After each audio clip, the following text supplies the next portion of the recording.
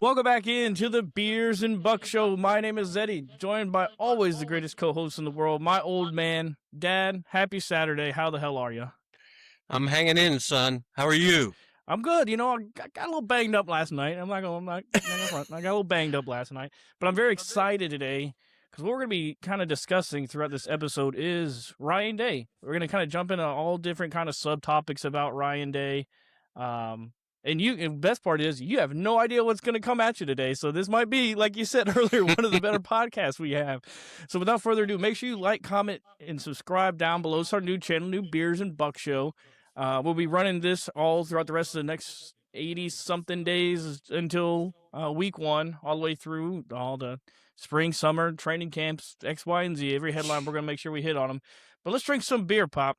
Cheers to everybody at home. Cheers to you. Half the show is beer, so we gotta, we have to do it. All right, Dad. So first thing about Ryan Day, what kind of epitomizes Ryan Day as a head coach, and like what kind of separates him from the other perennial powerhouse coaches? Well, the thing that jumps out to me about Day is he understands and I think oversees the whole program. I think he has his hand in every segment of the program, because I think that's what makes him very effective, because he knows what's going on, and I think he interjects with his coaches and things, and I think he knows exactly what he can do, because when you watch him in the games, he makes changes during the game. And if he didn't understand all the, X's and O's in every area, he couldn't do that. And I think he does a very good job at that.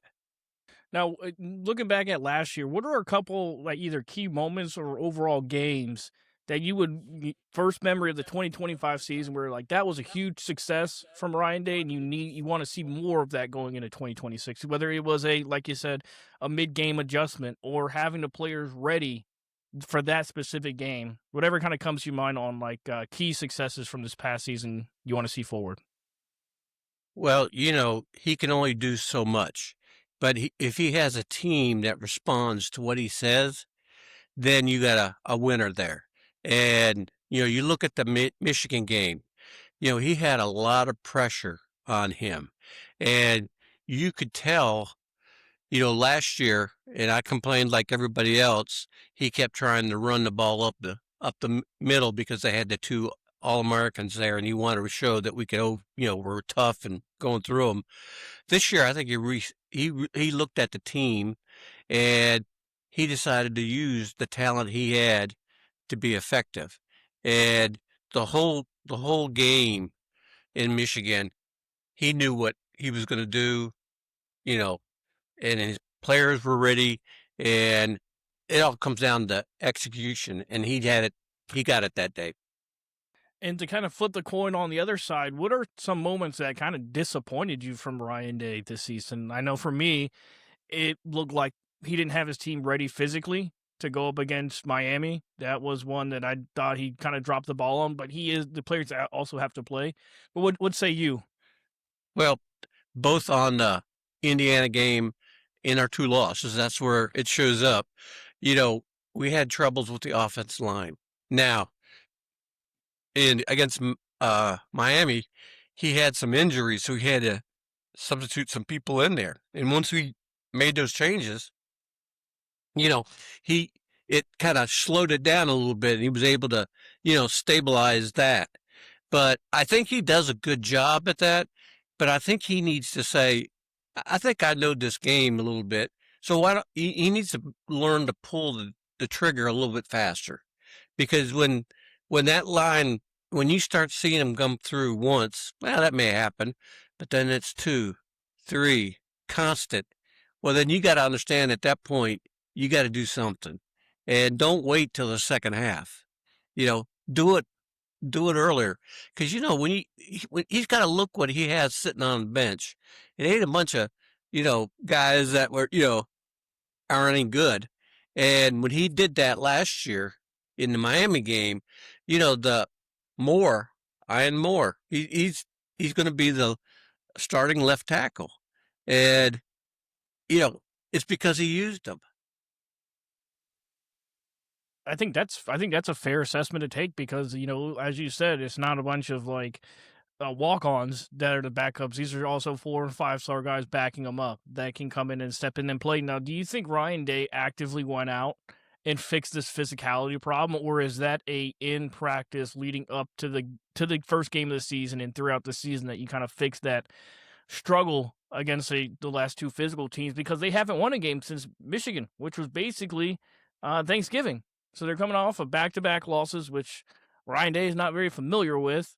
And do you think that has to take some sort of precedent going forward where he's going to have to fix this level of physicality, but does he do it in the players he brings in, or does he do it right now in the offseason leading up through the rest of the summer or does it just happen naturally over the course of the season?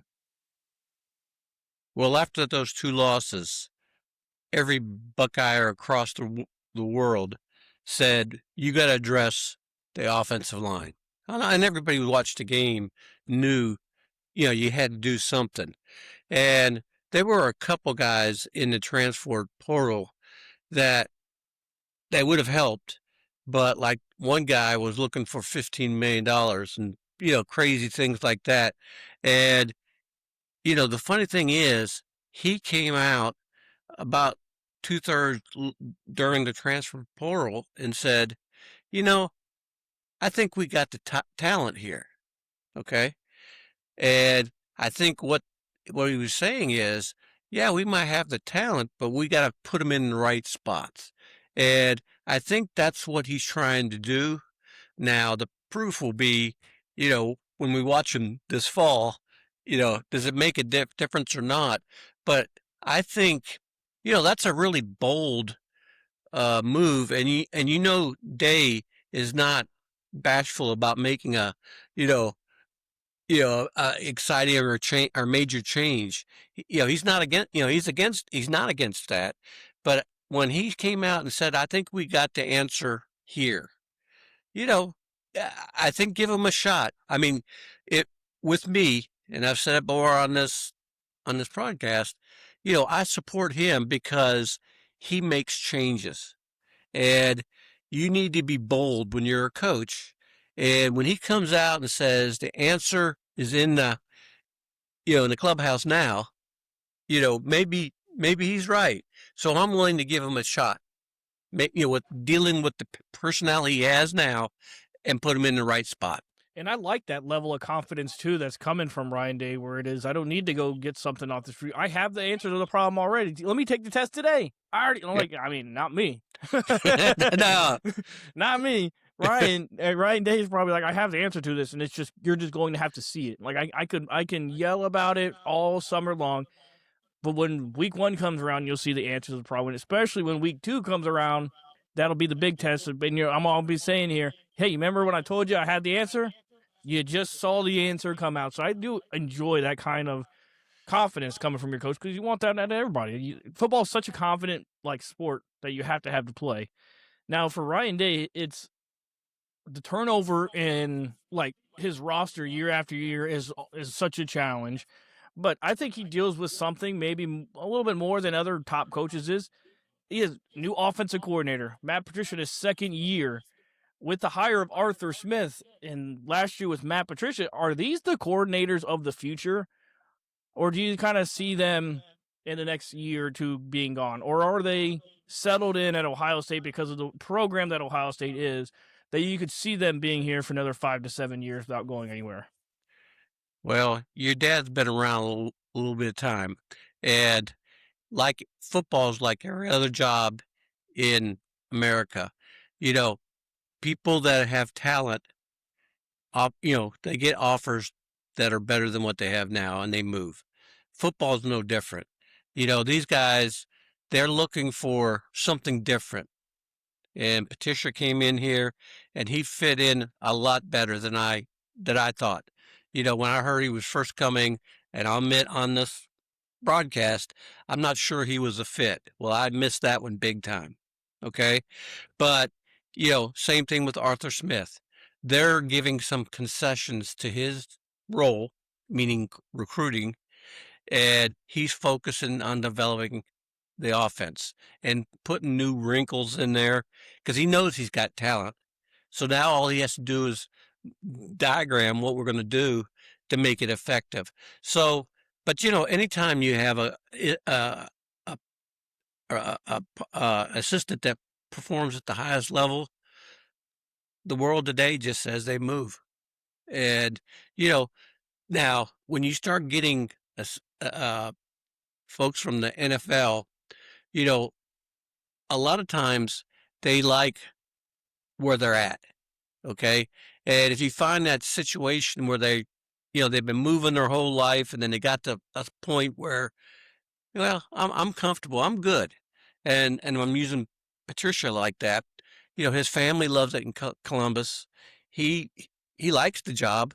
So maybe you'll see some change, but overall, if you're a good assistant, you're going to move.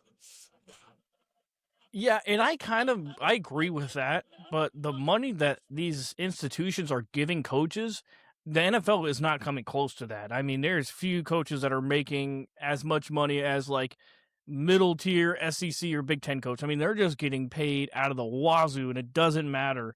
Now with kind of bringing in Hey, Arthur Smith, I mean, it let, was. let me Go ahead. say something. Go ahead. You know, when I was saying comfortable with the job, a big part of that is the green. So that's what I was talking about. And to kind of go into the green. So bringing in Arthur Smith, is this kind of keep this Ohio State team feeling like they're a second half team? Because it feels like in so many games, it's like really it's a lot closer than it should be in the first half. And then Ryan Day makes a few adjustments and they come back, and then it looks a lot like the game that it should have been in the beginning. Is Ryan Day a second half coach? No, I don't think that's it. Uh, I think he brought in, when Chip Kelly was there, we didn't have that problem. So I think he's looking for Smith to come in, throw out new schemes. And what I've said all the time, we've got the talent across the board. You just got to have everybody involved in the play. If you do that, somebody's going to be wide open. Now that's up to your players now to find who that is and execute it. But that's the thing I think he was looking from Smith to put together a scheme that right out of the gate they're going to start attack. And I think that'll make them successful. And do you think the NIL has helped Ryan Day recruiting? Because I think he was already a good recruiter, but do you think the NIL helped him? Well, they have they get money from multiple areas, you know, and if you got the biggest one of the biggest bank accounts, it allows you to do that. Now, I think just because you got the money doesn't mean you have to spend it, and you know like that guy that came out of that tackle came out of Colorado. He's good. He's really good. But he was asking crazy amount of money. And at some points you gotta say, hey, I don't want to bite. You know, I'll go somewhere else. So it helps. It helps tremendously to have somebody that has the resources to do that. But you also got to have a team to working with you that makes sure you're making smart decisions in spending it. And it feels like an absolute arms race right now with NIL and spending. I mean, Texas is leading the way with damn near $48 million just this year on their roster value. And Ohio State's down at third at $43.5 million. Like, because we're in like year, what, 4 or 5 of the NIL? Like, Yeah. is it getting out of hand with like this? Because this is every year, or does these boosters that are contributing money and all where it's coming from is with every year that they compete, that bank account just gets bigger and bigger. So it just kind of the cost of it kind of stays the same, even though everything's they're getting more expensive. These players are getting more expensive, but they're making money. They're making millions hand over fist to where they can get up at some point in the next 2 years to like $80 million being spent? Or does there need to be a naturalized cap, salary cap? Well, right now it's pretty the wide open, wild, wild west. It is. Okay. You can do whatever you want and somehow you can make it fit. But, I believe in regulations on it. But if you start putting in regulations, you'll start having how football used to be. You know, you do, you go by the rules, but then there's back in the back alley, you're doing some things too. So the answer is you put regulations in place, but that you can enforce. Okay. And I think the game will still be wide open. It comes down to what you can do at your school and things like that. But you need to have some level of regulation. Like guys are now these transfers are going to schools, signing for these big NLI deals. They get money up front and then they go. you know that doesn't seem right to me. No, and I think they should have a contract. I don't think it should be a year-to-year thing. I think these kids need to sign 2 to 3 year contracts where they can't just get up and jump. Because one, it sets them up perfectly for when they get to the NFL. Because guess what? When you sign that, you don't just get up and decide the next week, hey, I'm going to go play for somebody else. That is gone. But Dad, before we move into a little bit, do you have one more thing? Yeah, Go ahead. You look at the quarterback last year for Duke. He played at Tulane. He was pretty good. He went to Duke and played very good. Now he goes to Miami. Miami? Oh, No, okay. Yeah, he went to Miami. I mean, that case, you gotta think about that. He played good, and he got rewarded for it. But at the same time, is that what you want in college football? You go back to the game and you go basketball or football, the teams are normally changed every year. Yeah, Are a especially big college part of it. basketball. You get no loyalty in college basketball if you're any good. Well, look at Jordan when he was at UNC. You saw him in the championship game and he hit the winning shot. You knew he's going to be there at least 3 years. Mm-hmm. And you get behind it. But now these guys, it's turned into college basketball the way these like basically one and dones. But they just get to go instead of going. They just the guy from the Miami quarterback you're talking about. He did his 1 year at Tulane, said I'm out. 1 year he had fun. 1 year at Duke, now 1 year at Miami. It's just basically a bunch of one and dones, and it's kind of turning weirdly into like college basketball, why I think nobody really watches college basketball that much unless you're a nut until March, and then the whole world watches it then. But it's so hard. How am I supposed to grow some sort of passion for this great player that's going to play for maybe 30 games and then gone the next one? And it just feels like it's an exhausting cycle for college basketball fans. Growing up, we didn't have all this stuff going on. Actually, when I started watching college basketball, freshmen couldn't play on the varsity. Okay. So, but let's just say that, when they opened it up and allowed them to play there. They didn't have a 3-point line either. No, but, the thing is, the guys that would play there, you could always start thinking about the next year because there's, we got these 5 guys coming back. And then the year after that, 4 of them would be there, and 2, you knew who which team was, and you knew what your strengths and weaknesses were, and all of that. That allowed a fan to get invested. Okay. And when you have that, then you really become a fan. But, because of all the movement now, you're a fan of the team, not of your favorite player or whatever, because they may be gone next year. So it's hard. It really is hard. And that's different, especially as a kid. When I was a kid, I always, I'm giving away my age. I remember watching Pete Maravich play, Pistol Pete. And when I saw him play, that was the wildest thing I ever saw a guy play basketball. And every time and he wasn't on TV much, but you would follow that because you wanted to see him play. And now some of that's gone because you don't know where these guys at and where they're at, where they're doing here, that's lost. And if you never lived in that era, you don't know what I'm talking about right now. It certainly doesn't help either that there's 10,000 different streaming platforms that you can use to just follow that, and you don't Yeah. and you miss out on like such good athletics from anybody.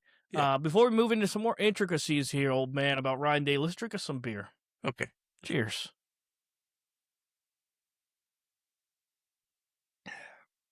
So this is something I found super, super impressive with Ryan Day.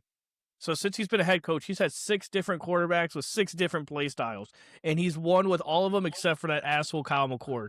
Um, how how is he so efficient at doing that year in and year out? I mean, he still was kind of, I guess, good with Kyle McCord. I mean, they knocked off Indiana in Notre Dame. Like, that year was not a good year for the Ohio State Buckeyes. But outside of that, he hit on 5 of 6. 4 of them are in the NFL as quarterbacks. I get Kyle McCord plays for the Packers. I don't know how long he'll be on the Packers roster. He might make it through training camp. Probably not. And then Julian Saint's going to be a NFL quarterback. Is it something about Ryan Day that he just understands that quarterback position so well? Because we look at years past, wasn't a lot of Ohio State quarterbacks just playing in the NFL for maybe more than a year or two prior. Then turned receiver. Troy Smith really never got his feet wet. You kind of look at some of those guys, but is that Ryan? Do you accredit that to Ryan Day? Well, when he was at New Hampshire, he was a quarterback, and you know, to play at that level, and I'm talking about the Division One. You gotta have some ability, and the thing that I think Ryan took from that is, okay, I understand how to play, but how does a great players, how do they get to that great level? And he worked with Chip Kelly and some other guys, and he jumped around, from different teams and went to NFL and all that. I think he took that time to really understand how to develop quarterbacks.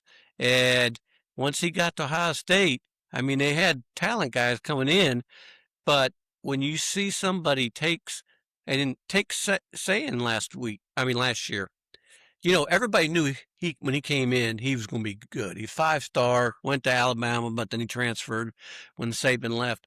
But you knew he had the talent. But sometimes they have it right away or develop or whatever. Well, what they did said, I'm the game plan for saying in the first game, it's going to be this. It's not the full package. It's just, work on this, and then you build off of that. And by mid-season, I think they started, backing off, and you could see him take over. And that all comes down to coaching. They knew they had somebody who had talent. They knew he was growing, and they said, don't do everything week 1. We're going to limit you to this, and we'll just keep building on. And by the end of the year, he didn't look like a green, first-time starter, especially when those big guys were through the offensive line and he was trying to make a play. And, that's where you combine coaching and talent. Those plays are really where you do that because you got to know where to look, where to throw the ball, whether you run or not. And that's where it came together. So I think that's what makes him effective in that role.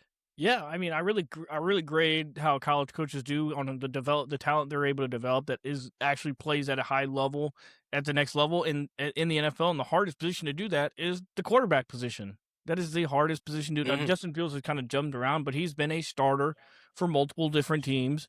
C.J. Stroud had a great rookie season. He's trying to get back to form there. Will Howard is getting developed by the greatest of all time, Aaron Rodgers.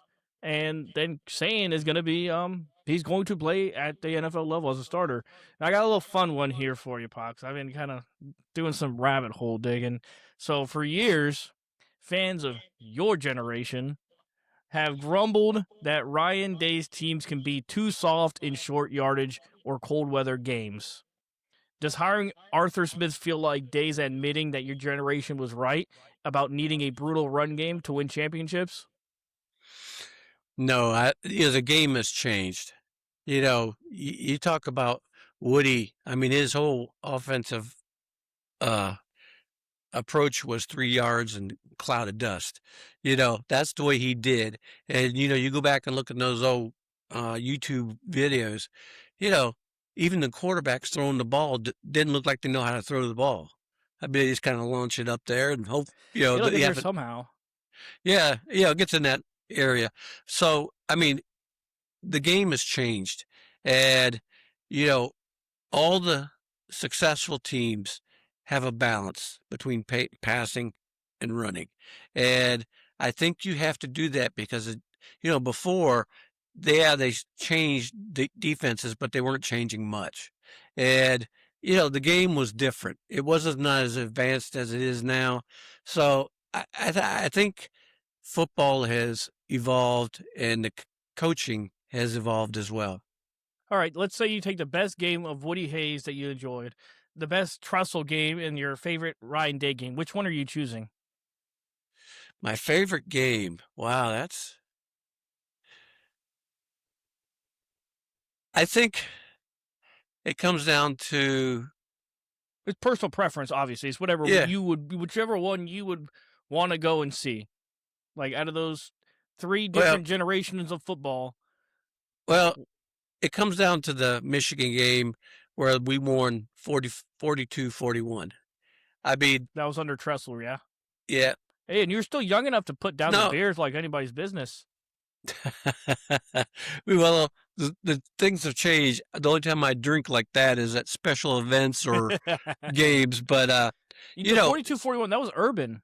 yeah, that was Urban. Yeah, Yeah, I didn't include Urban. I said Woody yeah, Hayes, Jim Tressel, or Ryan Day. yeah. Like Ryan Day and Urban are kind of very similar. Like their Well, game style is similar. but, that game, when you look back, that game was played. I mean, if you put that on and somebody that my age looks at that game, that's what the Michigan game was all about. We were higher ranked and we were better than Michigan, but they kept coming back and going back and forth and all that. You know, that's what that game is. It's not about playing for a Big Ten title or a seeding in the playoffs. You just want to kick their ass. And that game, it was played that way. And that's probably one of the last times that I've seen that game really be like that. That was the I mean, Curtis Samuel walk-off win, right? no. That's not that game. That's the one that we were we're we were up and they they scored. Instead of kicking the extra point, they went for two. Mm. And they went for two, and Travis Powell, he should have intercepted the pass because they knew the play. And they weren't cheating. That was from film, but they knew the guy they're going to go to, No and they hand were signals there. needed. Yeah, I mean when he they've seen it on tape where he went down and then settles down right into as soon as they get across the goal line, he fakes that he's going out and stops and sets down, and they threw it to him, and they were there. But that's that's what that's what the Michigan Ohio State game was about. You know, during the urban times when we were beating them by 30 points and stuff, that's not the game. Okay. And even the ones that we lost, that's the game because we both played well. We made some mistakes and we got beat. Okay. But both teams came in to play that way. Back in the old days, man, these guys, and they say this is going to hang with you for 365 days. Mean It it. was that. I mean, the players would go into places and they go, "Are you going to win this year? You played like shit last year. Are you going to play this year?" I mean, that was really the way it was, and that would hang over your head all year. Any place you go, See, you gonna beat them this year because you sure didn't look like you could do it last year. So Boys, go get some wings. You're gonna win this year. They go to the grocery yeah, store. You're gonna win this year. They can't yeah. go very far without getting that question. I think even after they win, after right now, if they go to the grocery store now, that's probably what those same guys are asking. You gonna win this year? It's just that it's those old men at the coffee shop. You gonna win this year? Well, the change from my generation was, what are you going to do to fix it? Now, the generation now, we're going to fire you. How many people came out and told Day, we're going to fire you? He has one of the highest winning percentages in college football. We're going to fire you. I mean, how Get out. you saw it? You saw it. People coming out and saying, Those people are idiots. yeah, Don't listen after to those people are dumb. the last time he lost to Michigan, these people came out of the wood to say, "Hey, we gotta get rid of guy." Well, a month later, he won a national championship. Crazy. So I don't understand that. And with when I talk about John Cooper, no one's been more. But I wouldn't say fire him, but you got to do something. You got to do something.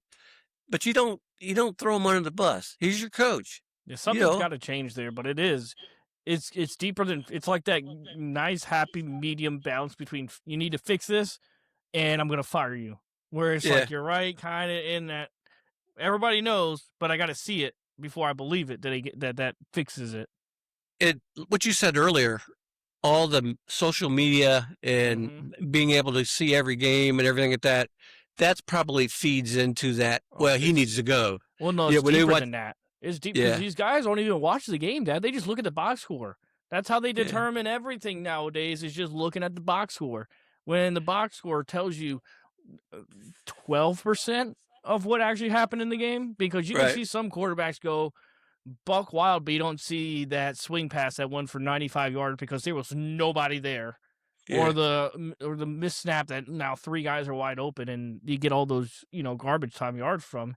Now, if you could take somebody from the 70s or 80s, you could take an offensive lineman, you could take a fullback, anybody from those 70s and 80s teams to come into a room, current meeting room for Ryan Day, who would you want it to be, and what would you expect them to say? Orlando Pace. Hall of Famer. He would walk in there and he would say, "All right, the team, you got all grown men here, but especially you guys on the line. Your pride is on the line. And when you let those guys in, it's your weakness. You're weak. Yep. And so it comes up to you to decide, do you want to just be weak and let them go through, or do you want to step up and be a man and stop it?" That's, I think, given what we have right now, and Orlando Pace would tell them, I came into Ohio State, I was big, I was strong, but I wasn't a good until the coaches got to me and told me what I have to do to be effective. And once I got that in me, I was dominant. You guys need to listen to these guys, whether it's the strengths coach, your position coach, head coach, whatever it is. Listen to them, do what they say, and try your best to do exactly what they say. Hell, I'm motivated just hearing that from you. So what are some realistic? We did our schedule prediction last week. You said 10-1. I said 11-1. Or you said 10-2. I apologize. Yeah. I said 11-1. What are some? And it's kind of on the same scale a little bit, but what are some like realistic expectations for Ryan Day? Meaning, do you expect him in these big games to have these guys ready? Because it is a gauntlet of a season. How do you what are some expectations on how he kind of, goes around this schedule, especially like the damn gauntlet that is that 4-week stretch of just tough opponents? What are some realistic, should we kind of temper our expectations this year, kind of? Because we're going to get into the college football playoff. It's just, where do you want to kind of be at that? Because it's just so big and it's just so naturally easy to get into for good teams. Are we tempering our expectations because it is a tougher season than Ohio State's had in the last few years? Well, that's why I went to 10-2.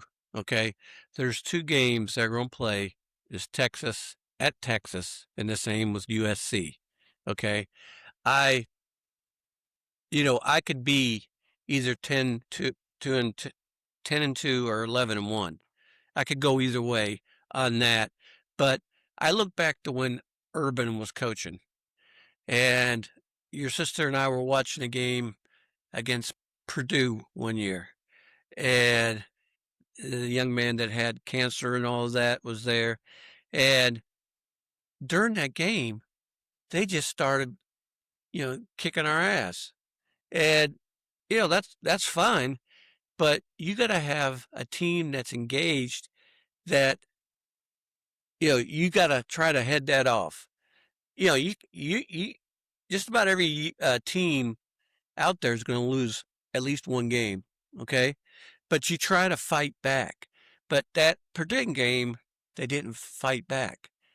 Then the next year, they came off beating Penn State at Happy Valley, and they were playing Iowa, which I probably could start at quarterback now for Iowa. If you were a senior, you would, because that's just their dumbass philosophy. If you're a senior, you're starting. But they always did defense over there. But they did the same thing. They just rolled us, and we didn't do nothing about it. So that's what I think is a big difference between that, the team executing like you want, and I think the day team, I think they're ready every game. Now they will lose, that's human nature, but they are ready and they'll compete every game. I've never seen a day game that they didn't get. They weren't competitive. But those two games, and we had 10 times the talent that the team had, Purdue or Iowa, we weren't even in game. They were over by half. When was the last time I saw? Well, it goes back to Cooper. That's the last time that son happened. Of a bitch always has something to do with something. Yeah, but I supported him. Yeah, it's back. Because I think what they're gonna have a real challenge with is bouncing back after emotional games. That Texas game's going to be a little bit of an emotional one. You're in a tough crowd. This is the one everybody on because not many people are thinking about that first game against Akron. No, I think it's against Akron. Kent State. Nobody, they're not they're like, yeah, we're just going to roll them. We'll be done by half. We're going to go get beers after. But every eye is pointing forward to Texas in week 2 in Austin. That's going to be one that they're circling around because everybody in the media is saying last year was a fluke. Y'all are soft. This Texas team reloaded more. They're the highest spending NIL team in football. And then they go in there and they're going to whoop their ass in Texas. They're going to whoop Arch Mannings's ass again. And then it's going to be a little bit of a drop off. Like, okay, now we got that off. And then you kind of get a little complacent there for a few weeks. You don't have a lot of tough games. And that's going to be one of their measuring points is, can they bounce back after these emotional games where you're up for? It is easy to get up for a game. That's the easiest thing for these players to do is to get excited and hyped up for a big game. It stinks to when you have to go play Illinois Champaign because the only people watching that game were Ohio State and Illinois fans. People aren't just turning that game on to turn it on. But then you go on that long stretch of USC, Oregon, Indiana. That's are tough emotional games, one after another that I think they're going to have a tough time. But I think Ryan Day can facilitate that and move through it through how he runs his practice schedules, like how he gets these guys to practice after those games, where it is don't minimal practice from Sunday to Tuesday. Get your rest, recover, relax. But then Wednesday, Thursday, we're hitting it hard. Whereas those Sunday, Monday, those are all mental reps, film work, because you're already doing it on the field. We don't need to work the field work that much. We're already taking care of that. But it's up here that you have to lock in at that stage of the year. You got to be locked in on the film because that when you can understand what's going on the field and what they're already going to do, you don't need to be as pristine on the field during the practice. And I think that's how you can get these guys locked in after those emotional games, because it's not about going out and 3-hour practices to get them back to going. It is giving them rest, rewarding their effort to get that win. What do you think? I could be just spewing bullshit. I don't know. No, I would say everything you said was right, but one thing I would add to that, especially in that first game, Ryan is going to say in front of those players, we're going to kick their ass. Okay, so that's out of here. So I'm going to tell you what I want of this game. I want the first string, and you know who you are. I want you to go out and execute for a half. Just go out there and lay it on them. Okay, you guys on the second team, you're going to get a chance to play. Guys are going to get hurt. You got to be ready. So you're going to play like this is a 10-10 game. We're going to play like everybody's going to play that. And these guys on the third and fourth, you're going to get in there and you might see some play. So are you going to take advantage or not? Because this might be the last time I see you on the field this year. So go out there and play. We want to win, and we will, but you guys got to show us what you're doing. And what I'm trying to do is get you ready for when we go down to Austin and we can kick their ass. So yeah, it's simulating situational football. Basically, is what you're saying is where it is that first half, first string defense, act like you're playing Texas's #1 defense, and vice versa for the offense. And when the second string comes in, let's say it is for St. Clair. Hey, Shane just went down. You need to get us out of this 10-10 hole, or get us out of this 10-point deficit. Go do it now, because the opponent is always going to be good. You're playing at, like you said earlier in this episode, everybody playing at D1 level is good. It's just levels to how good they are, and how you execute is what separates you from a mid-tier like Power 5 school like Missouri and Ohio State and Alabama and LSU. All these other bigger teams, it's execution on these plays. And I think when you tap in exactly what you said is start simulating situational football, where it is, you're in the red zone. You got to have it here. It's the fourth quarter. You got to have it. You can actually see that in full go, because it is a game environment, and you're lucky enough to have this first game before you have to try, because you can simulate in practice all you want. Nobody's taking it as no one hears the crowd roaring. It's not a Saturday at high noon playing in the shoe. Like, you can't simulate that during practice, but you can in a game. So I think that's a great point that you brought up there, Pop, is going into this game knowing that, hey, first team, y'all go take care of business, get us the lead, and then second team will start playing situational football and start rotating in some of these guys that the legend Bay, getting Chris Henry more time, getting all these transfer portal guys, really trying to figure out what you have with your offensive line. Because that is, you also need to know who your swing tackle is, who your seventh guard is on these positions. And then you can see that when it comes to the game. Because these players, if there's some gamers on that offensive line, they're going to show it in that first game for sure. One thing good about Day, he always says, we thrive off of competition against ourselves. And he says every week, we're taking notes. If you're not playing at the level during the week, you might be pulled out and bring somebody else in. And that's a good thing and bad thing. Good thing is, you sharpen iron with iron. Okay. And so that's what they're talking about, that you're going to compete. Now, the bad side is, well, if you don't compete, you're going to be in the transfer portal, and that's okay. But I think that's the way it has to be. Every week, we're playing against ourselves. So let's get out there. This is what we want to do. This is what I'm going to grade all you guys on. Now go do it. And when they know the minutes they're going to play is dependent on practice, it makes a difference. I love it. That makes all the sense in the world. I love it. Now, before we get to my favorite segment of all of our shows, let's drink some beer. Okay. Cheers. And if you haven't seen any of our episodes that's on my main channel, the Beers and Balls Show. Whenever I have the old man on, I get him to tell me a little story.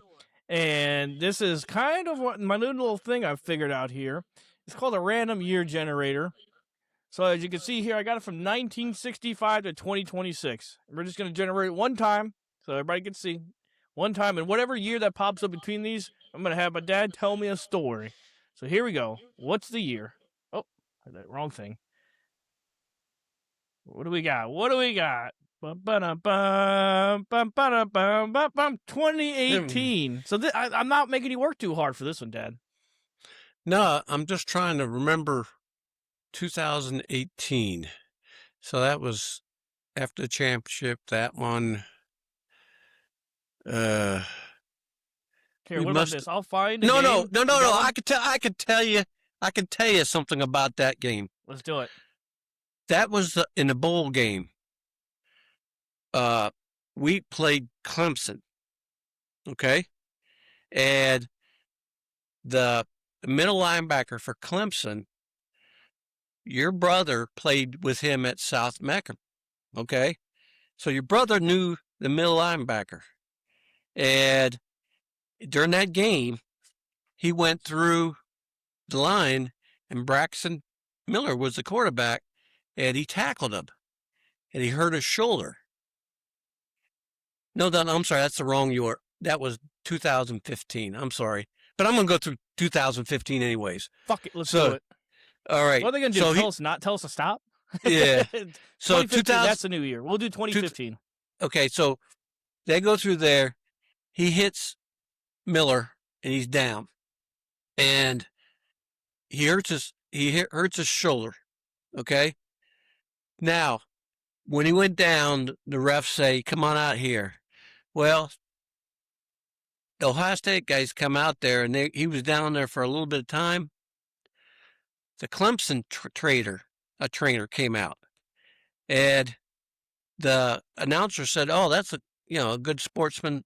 The Clemson trainer came out, and they said his name, Donnie Poole.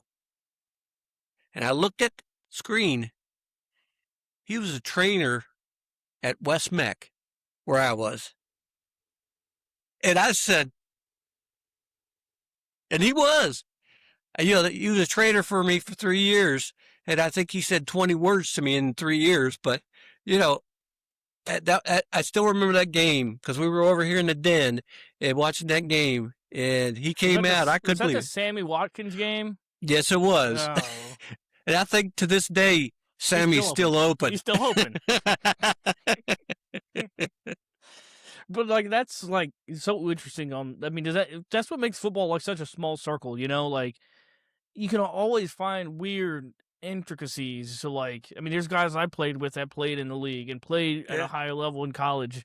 And it's just, but then you see that something that was 30 years later. Yeah. Well, it was, what do you mean? When I was in, yeah. See, yeah. No, it's 40. 40, even better. But then one for you to still remember that was the guy. But so he was a trainer when you guys were in high school. He was like an athletic trainer, or you just knew him? Yeah, no.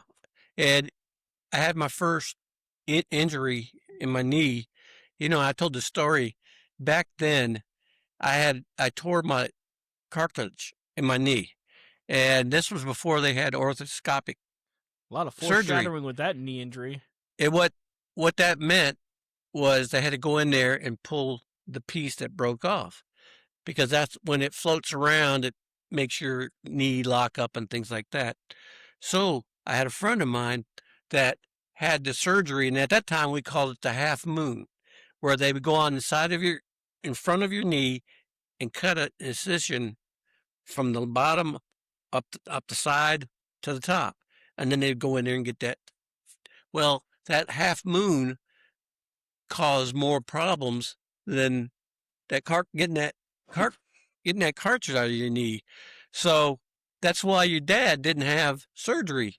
And because I didn't have surgery and they didn't have all the knee braces and stuff like that, Danny had to tape my knee, before I gave a game. And you know, like I said, he was a really nice guy. He really was.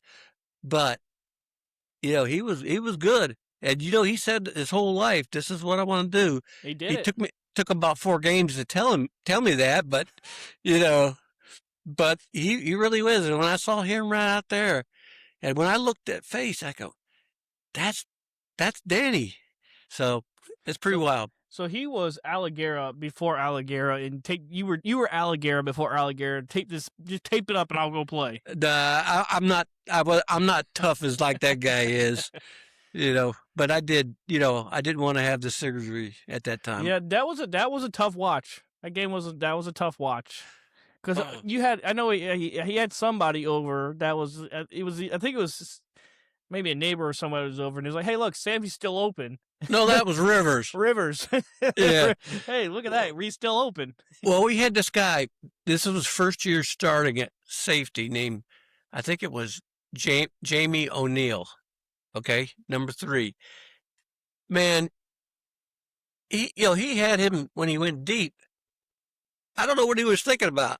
You know, every time they want to play, you know, we're going long.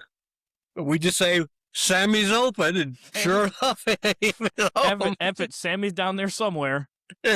He's wide open. I don't know where he is, but he's open. Well, that will conclude this episode of the Beers and Buck Show. Episode 2 now. That's going to be going up. Dad, I'm sure you're having pretty fun with this, ain't you? You know. Yeah, I enjoy it. Middle of June. Look, it's a Saturday in the middle of June. Look, you're talking about Ohio State. How about that? Yeah, I'll deal with that any day. All right. Well, make sure, again, you like, comment, subscribe down below. Let us know what you want us to talk about in the next episode. Until then, we love you. God bless you. Goodbye.